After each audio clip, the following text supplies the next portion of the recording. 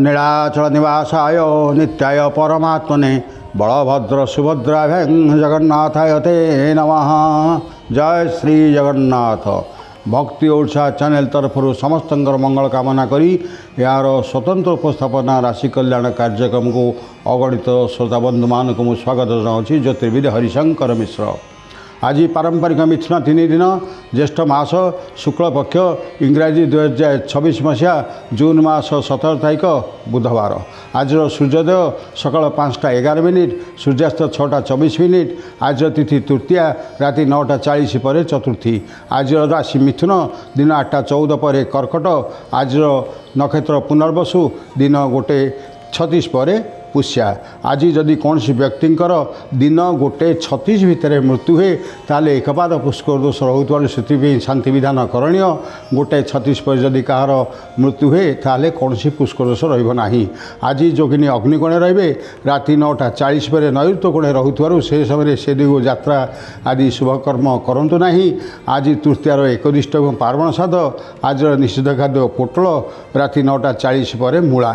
आज व्रत गृह शुभारंभ गृह प्रतिष्ठा देवता गठन नामकरण निष्क्रमण आज शुभ दिन निर्घंट कराई किंतु ताहा दिन 1:36 पर संपादित करा। आज शुद्ध शुभ बेला सकाल 7:50 रु 8:29। दिन 10:08 रु 11:21। दिन 2टा रु संध्या 5:31। संध्या 6:24 रु राति 10टा एवं राति 12:09 रु राति 1:36 पर्यंत रही आपण से समय कौन शुभ यात्रा बा अनुकूल आदि करि पारंती। प्रिय श्रोता बंधुगण आपण मैंने आज पंचांग एवं शुद्ध शुभवेला संपर्क सूचना पाइले। एवं आसतु आम प्रत्येक राशिजात व्यक्ति मान आज दिन टी कि कटो तार सूचना दवा। आपण मैंने जानती प्रत्येक राशि 3 नक्षत्र अच्छी। प्रथम राशि मेष तार 3 नक्षत्र 1-1, 2-1, 3-1 यही 3 नक्षत्र मेष राशि जात व्यक्ति मान आज सका आपण घर कौन बंधुंर आगमन हो बा कौन बंधुं ठार आपण आज कौन शुभवार्ता पाइबे एवं आज आपण कौन जगह को निमंत्रित होवार मध्य सुजोग पाइबे।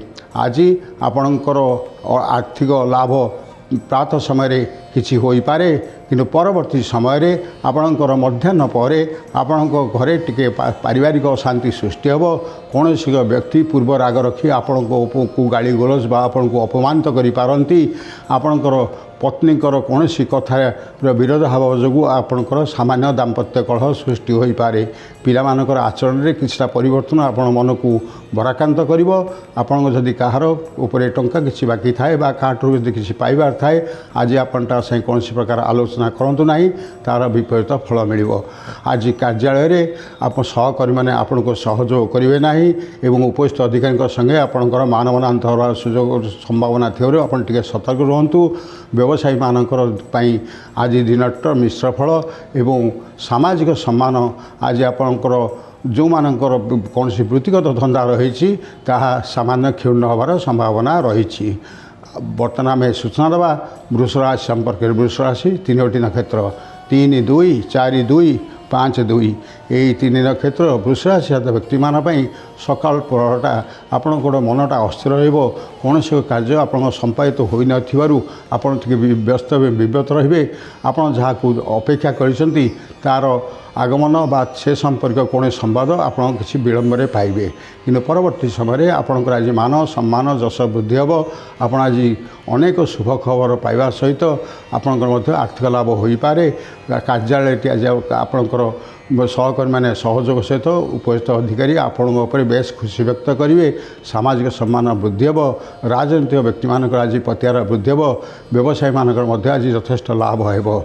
आज दिन आपणकर जदि सकाळू टिके महू बा दही खाई दिनचर्या आरंभ करती ताले आपण दिन आज बेस हस खुशी कटिज एवं जो मानकर कौन आर्थिक लेन देन करार थाए ताले आपण आज मध्याह्न पर करंतु एवं जदि कौन अर्थ लगाणकारी संस्था जो टंका विनियोग करार थाए ताल ताहा मध्याह्न पर एवं शुद्ध शुभ बेला देखि करंतु निश्चित आपण लाभ पाइबे।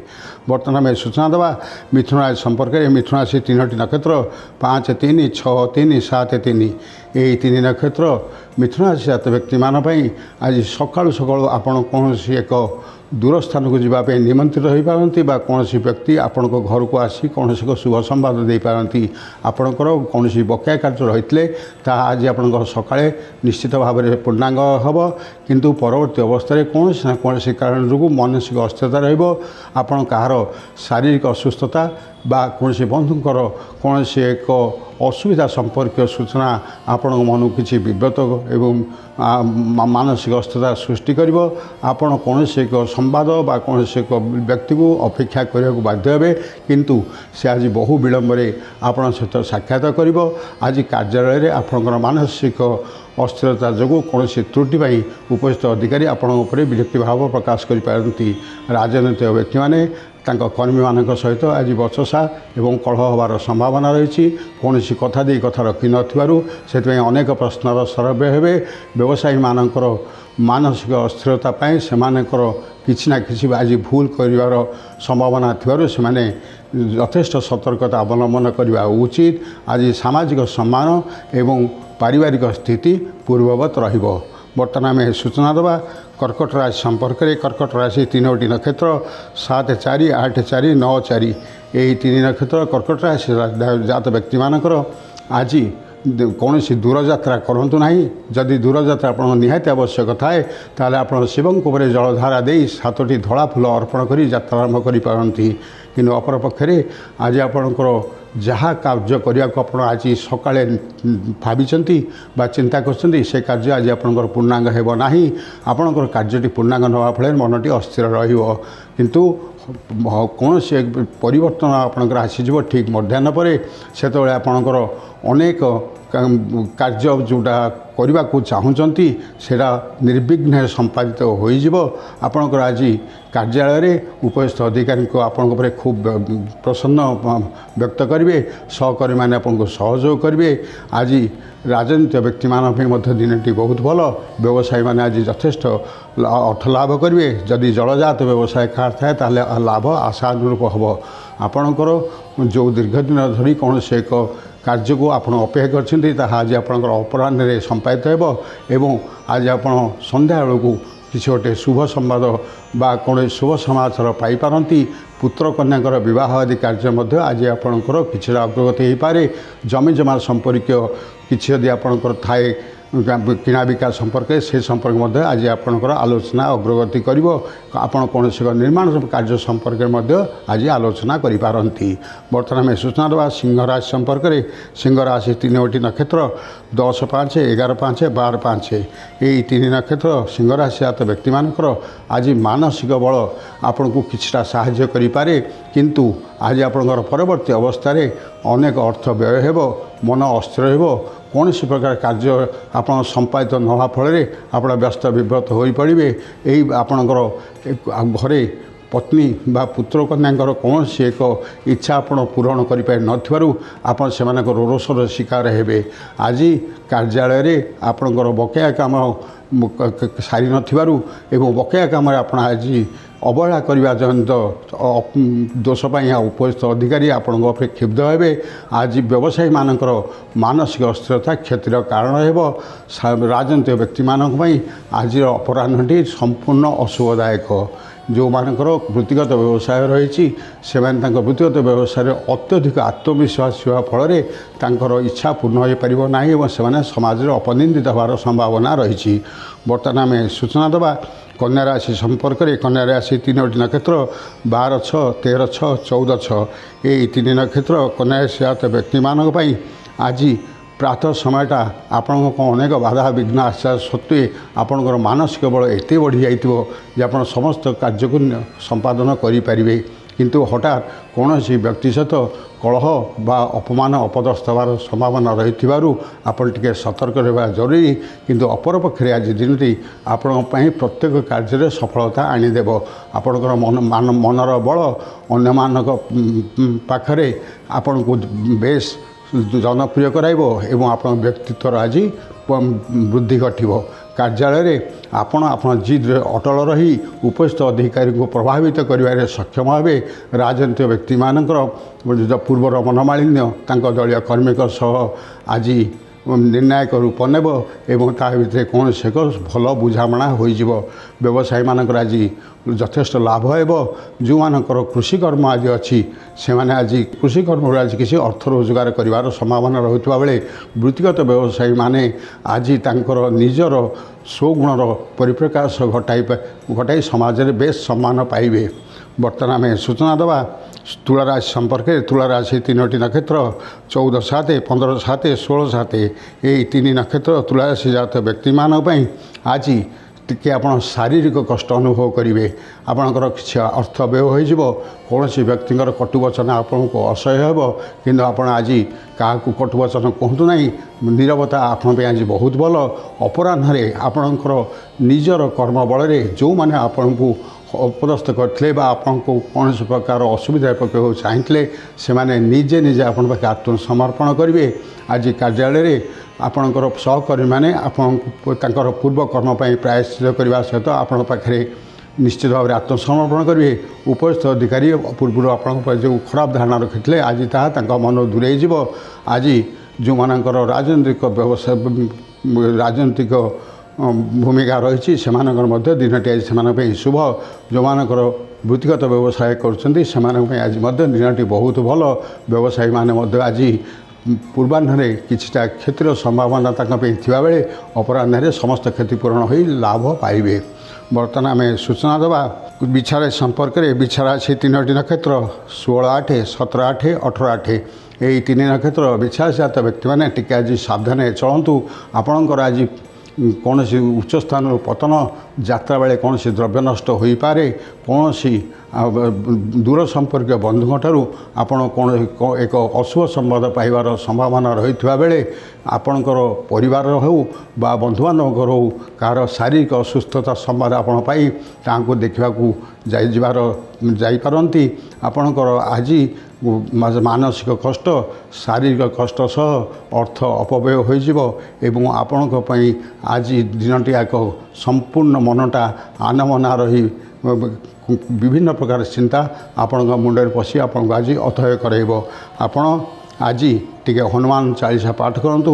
ହନୁମାନଙ୍କୁ 7ଟି ନାଲିଆ ଫୁଲ ଅର୍ପଣ କରନ୍ତୁ।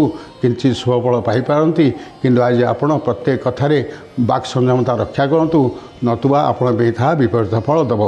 ବର୍ତ୍ତମାନ ଆମେ ସୂଚନା ଦେବା ଧନୁରାଶି ସମ୍ପର୍କରେ। ଧନୁରାଶି 3ଟି ନକ୍ଷତ୍ର 19/9, 20/9, 21/9 ଏହି 3 ନକ୍ଷତ୍ର ଧନୁରାଶି ଜାତ ବ୍ୟକ୍ତିମାନଙ୍କ ପାଇଁ ଆଜି ଦୂରଯାତ୍ରା ଆପଣ ଆଦୌ କରନ୍ତୁ ନାହିଁ। ଯଦି ଦୂରଯାତ୍ରା କରିବା ପାଇଁ ଆପଣ ନିହାତି ଆବଶ୍ୟକ ପଡ଼ୁଥାଏ ତାହେଲେ ଟିକେ ହଳଦୀ ମିଶ୍ରିତ ଜଳରେ ସ୍ନାନ କରନ୍ତୁ, ମା ତାରାଙ୍କୁ ଆରାଧନା କରନ୍ତୁ ଏବଂ ପାଖରେ ଖଣ୍ଡେ ହଳଦୀ ନେଇ ଯାଆନ୍ତୁ, ତାହେଲେ କିଞ୍ଚିତ୍ ଶୁଭଦାୟକ ହୋଇପାରେ। କିନ୍ତୁ ଅପରପକ୍ଷରେ ଆଜି ଆପଣଙ୍କର ସକାଳେ ଘରେ ଯେଉଁ ଶାନ୍ତି ବିରାଜମାନ କରିଥିବ ଏବଂ ଯେଉଁ ପାରିବାରିକ ସମ୍ପର୍କ ଭିତରେ ଆପଣ ଆଜି ବେଶ୍ ହସଖୁସିରେ ହଠାତ୍ ତାହା ପରିବର୍ତ୍ତନ ହୋଇଯିବ ଏବଂ ପରିବାରରେ ପତ୍ନୀଙ୍କ ବିରୋଧାଭାବ, ପିଲାମାନଙ୍କର ଆନମନା ଭାବ ବା ପ୍ରତ୍ୟୁତ୍ତର ଆପଣଙ୍କ ମନକୁ ଅଥୟ କରିବ। ଆପଣଙ୍କର ଯାତ୍ରା ବେଳେ କୌଣସି ଦ୍ରବ୍ୟ ହାନି ହେବା ସହିତ ଘରୁ ମଧ୍ୟ କୌଣସି ଜିନିଷ ଅପହୃତ ହୋଇଯିବାର ସମ୍ଭାବନା ରହିଛି। କୌଣସି ସ୍ତ୍ରୀ ଜାତୀୟ ବ୍ୟକ୍ତିଙ୍କ ଦ୍ୱାରା ଆଜି ଆପଣଙ୍କର ଅନେକ କିଛି କ୍ଷତି ହେବାର ସମ୍ଭାବନା ରହିଥିବାରୁ ଆପଣ ସେଥିପ୍ରତି ଟିକେ ସତର୍କ ରୁହନ୍ତୁ।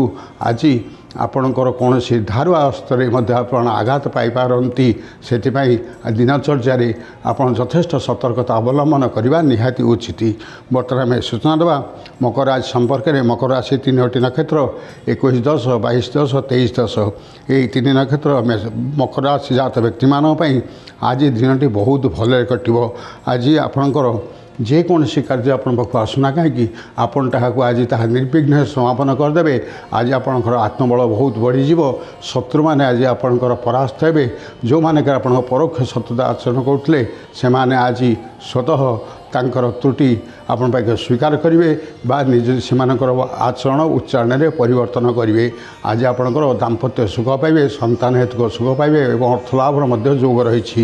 ଆଜି ଆପଣ ଯଦି କୌଣସି ଅର୍ଥ ଲଗାଣକାରୀ ସଂସ୍ଥାରେ ଟଙ୍କା ବିନିଯୋଗ କରିବାର ଥାଏ ତାହେଲେ କରନ୍ତୁ, ଆପଣ ନିଶ୍ଚିତ ଭାବରେ ଆଜି ଲାଭବାନ ହେବେ। ଆଜି ଆପଣଙ୍କର କାର୍ଯ୍ୟାଳୟରେ ବେଶ୍ ଅନୁକୂଳ ପରିସ୍ଥିତିରେ ଆପଣଙ୍କର କାର୍ଯ୍ୟ ସମାପନ ହେବ। ରାଜନୈତିକ ବ୍ୟକ୍ତିମାନଙ୍କ ପାଇଁ ଆଜି ଦିନଟି ସବୁଥିରୁ ଭଲ ଦିନ। ସେମାନେ ଆଜି ପ୍ରତ୍ୟେକ କାର୍ଯ୍ୟରେ ସଫଳ ହେବେ। ବୃତ୍ତିଗତ ବ୍ୟବସାୟୀମାନେ ମଧ୍ୟ ସେମାନଙ୍କ କାର୍ଯ୍ୟରେ ଆଜି ଢେର ଅଗ୍ରଗତି କରିବେ। ପ୍ରେମୀ ଯୁଗଳଙ୍କ ପାଇଁ ଆଜି ଦିନଟି ବହୁତ ଭଲ ଏବଂ ଯେଉଁମାନଙ୍କର କଳା ନାଟ୍ୟ ବା ଅଭିନୟ ଆଦିରେ ଦକ୍ଷତା ଅଛି ସେମାନଙ୍କର ଆଜି ଦକ୍ଷତା ଢେର ବଢ଼ିବ ଏବଂ ସେମାନେ ଆଜି ନିଶ୍ଚିତ ଭାବରେ ପ୍ରଶଂସିତ ହେବେ। ବର୍ତ୍ତମାନ ଆମେ ସୂଚନା ଦେବା କୁମ୍ଭ ରାଶି ସମ୍ପର୍କରେ। କୁମ୍ଭ ରାଶି 3ଟି ନକ୍ଷତ୍ର 23/11, 24/11 ଏବଂ 25/11 ଏହି 3 ନକ୍ଷତ୍ର କୁମ୍ଭ ରାଶି ଜାତ ବ୍ୟକ୍ତିମାନଙ୍କ ପାଇଁ ଆଜି ପ୍ରାତଃ ସମୟରେ ଆପଣଙ୍କର ଶାରୀରିକ ଅସୁସ୍ଥତା ଏବଂ ଅର୍ଥବ୍ୟୟ ଆପଣଙ୍କୁ ଟିକେ ଆନମନା କରାଇପାରେ।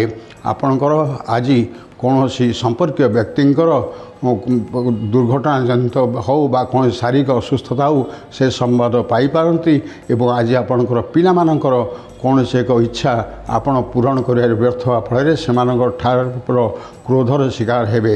ଆପଣଙ୍କର ଆଜି ପାରିବାରିକ ସ୍ଥିତିରେ ସାମାନ୍ୟ ବିଚ୍ୟୁତି ଘଟିପାରେ କିନ୍ତୁ ପରବର୍ତ୍ତୀ ପର୍ଯ୍ୟାୟରେ ସବୁକିଛି ସମାଧାନ ହୋଇଯିବ। ଯେଉଁମାନେ ଆପଣଙ୍କୁ ଭୁଲ ବୁଝିଛନ୍ତି ସେମାନେ ନିଜର ଭୁଲ ବୁଝିବେ ଏବଂ ଆପଣଙ୍କ ପାଖରେ ଦୁଃଖ ପ୍ରକାଶ କରିବେ। ପିଲାମାନଙ୍କ ସହିତ ସମ୍ପର୍କ ପୁନଃ ପ୍ରତିଷ୍ଠିତ ହୋଇଯିବ।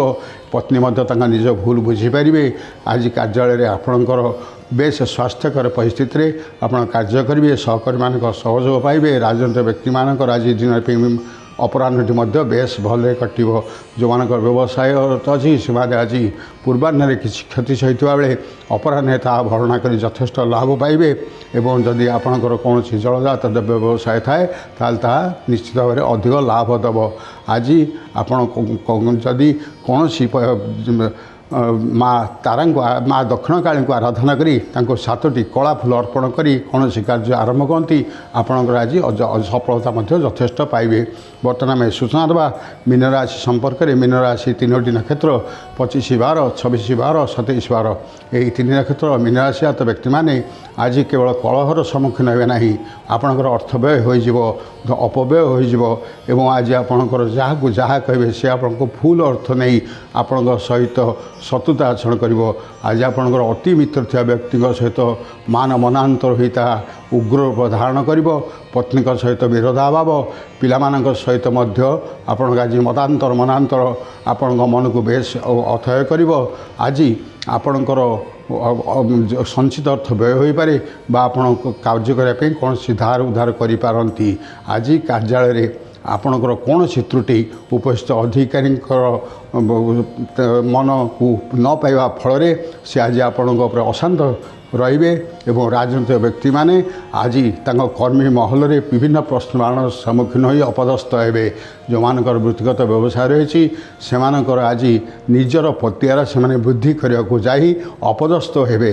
ଆଜି ସମାଜରେ ପାଖ ପଡ଼ୋଶୀ ଲୋକଙ୍କ ସହିତ ଆପଣଙ୍କର କୌଣସି ନା କୌଣସି କାରଣ ଯୋଗୁଁ କଳହ ହୋଇ ବା ଘରର ସୀମାକୁ ନେଇ କୌଣସି ପ୍ରକାର ଦ୍ୱନ୍ଦ୍ୱ ଉପୁଜିବା ଫଳରେ ଆଜି ଆପଣ ଥାନା କୋର୍ଟ କଚେରୀର ଦ୍ୱାରସ୍ଥ ହୋଇପାରନ୍ତି କିନ୍ତୁ ଆଜି କୋର୍ଟ କଚେରୀର କୌଣସି ମାମଲା ଆପଣଙ୍କ ସପକ୍ଷରେ ଯାଇ ନପାରେ।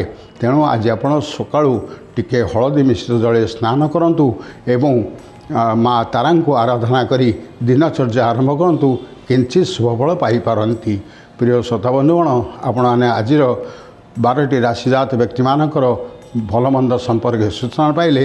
ଆପଣଙ୍କ ସହିତ ଦେଖା ହେବ ଆଗାମୀକାଲି ଠିକ୍ ଏହି ସମୟରେ ଏହି ଚ୍ୟାନେଲରେ। ସେତେବେଳେ ପର୍ଯ୍ୟନ୍ତ ବିଦାୟ ଦିଅନ୍ତୁ। ଜୟ ଶ୍ରୀ ଜଗନ୍ନାଥ, ଜୟ ଶ୍ରୀ ଜଗନ୍ନାଥ, ଜୟ ଶ୍ରୀ ଜଗନ୍ନାଥ।